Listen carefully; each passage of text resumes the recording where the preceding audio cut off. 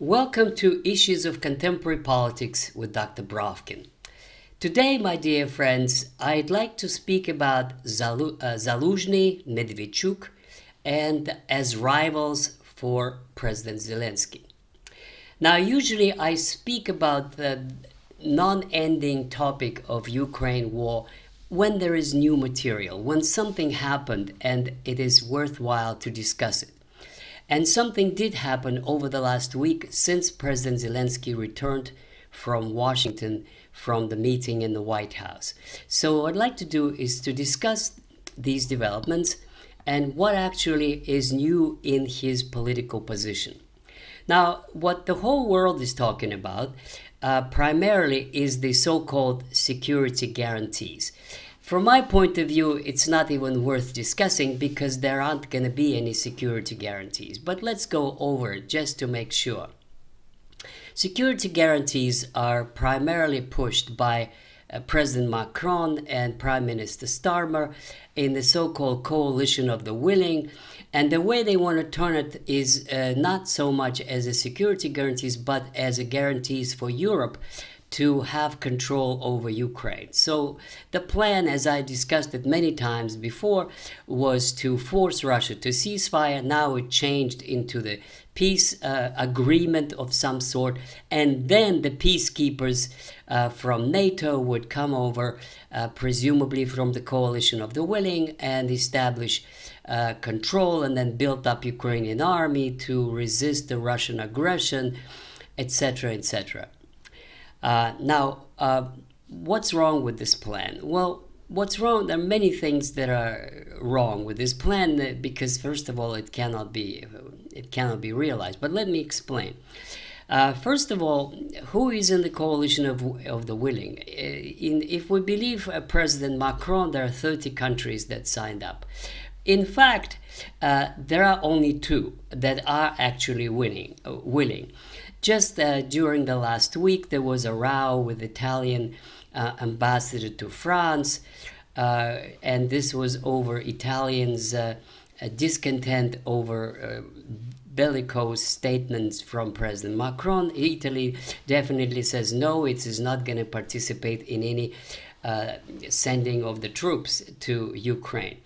Poland, even though it's very, very anti-Russian, still did the same thing. The Polish president said no, Poland is not going to send any troops. The Germans too, for their own reasons, probably because it's going to be too embarrassing if the troops of Germany, who had been there last time in 1943-44, until they were pushed out by the Red Army, would wind up again in Ukraine. So they're out as well. So who is left? Well, there's probably Finland is eager to get into a fight with Russia, and of course Britain and France. But, and here's the problem. President Macron is going through one of the worst crises of his presidency because his government, which doesn't have a parliamentary majority, is going to face a vote of confidence, and all the 3 major political parties are going to vote no to a vote of confidence, which means very likely that Macron will have to again rule through an appointed prime minister without parliamentary majority, or would have to face new elections. The last thing anybody wants in France is a military campaign against Russia. Now, Starmer, again, in Britain, is barely holding in power. Some people are saying Britain is on the eve of a civil war, but if not civil war, there's a serious political, economic crisis. And the British military are saying there is no troops, there's no army, there is no support for any adventure in Ukraine.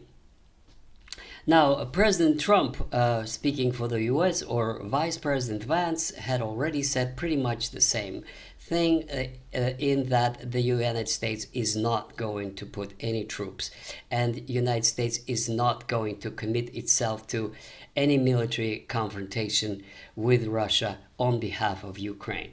So that pretty much leaves this whole plan of security guarantees up in the air. And increasingly there are voices that are trying to discuss the Russian plan. Well, the Russian plan is pretty much based on Austria Treaty of 1955, which basically guaranteed Austria's neutrality as a matter not of Austria's choice. No, Austria has no say in this. Austria was a part of the German Reich, and it was treated as such by the Allies. And when they agreed to withdraw their troops and return statehood and sovereignty to Austria, it took upon a commitment written in the Treaty of 1955 to be neutral. By the way, if Austria chooses to be now a NATO country, that would be a violation of the treaty.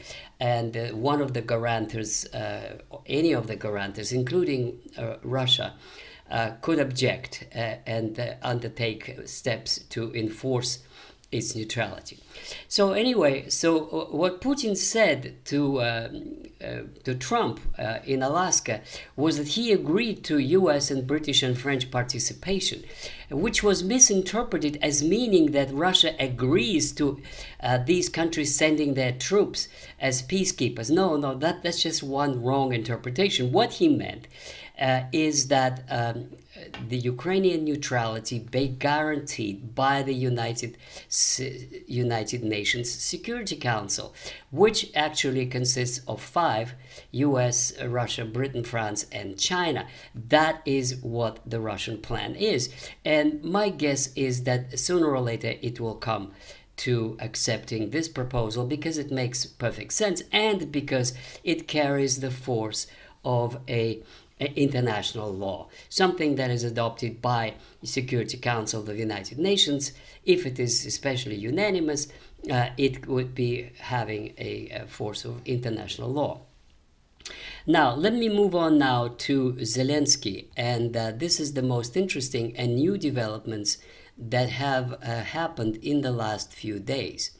So the most interesting is that Zelensky, when he came back from Washington, D.C., he was super polite and super, bending over to try to please President Trump. But when he get back home, he basically rejected the whole thing. He basically said that there would be no territorial concessions to Russia, that there would be no acceptance of Russian language as a state language of Ukraine, which it was in 1991 and all the way to 2014. There would be no to Russian aggression. Again, it was called Russian aggression. And that just peace would mean no to encouraging aggression if there was a territorial compromise. He basically said that territorial compromise is not a compromise but treason. Absolute no. Now, to those of you who are used to hearing all the time Russian aggression, let me please explain very briefly the real story. And the real story begins in 2014. And at that time, there was a coup d'etat in Kiev, and the nationalists seized power. And it is at this point that Crimea decided to split. And a couple of months later, the Donbass, the two provinces of Donbass, decided to split. In other words, they refused to acknowledge the new government in Ukraine, in Kiev, as legitimate. And so they withdrew, and in 2015, the Ukrainians made a military assault on Lugansk and Donetsk, and they were fighting, and the Russians were providing help but did not interfere directly. And the Ukrainians were winning. They were winning and advancing, and they stopped only at the very, very gates of Donetsk. In fact, Donetsk airport was destroyed, and this is where the line of contact or the front line was, just immediately outside of Donetsk and Lugansk. And it is the and Putin was procrastinating and didn't want to defend them, and finally he worked out a compromise which is called as Minsk Accords, where these territories would have autonomy and open frontier with Russia. In return, it would be considered Ukrainian sovereign territory. This was the Minsk I and Minsk II. And the Ukrainians violated it on numerous occasions and continued to shell these Ukrainian provinces, de facto Russian, de jure Ukrainian, for 8 years until 2022. And in 2022, in January, they were preparing a new assault. And this is all well documented, with huge ammunitions flowing to Ukraine in January 21, and they opened fire first, but when Russia responded, it was called Russian aggression. Very convenient. In any case, this is the story, so it's not really lost to Russia, it is lost to Ukrainian split away territories. And in that case, it could be called a civil war in Ukraine, which the Russians backed one side. Exactly as it could have happened if Britain and France were intending to help the South in the civil war in the United States.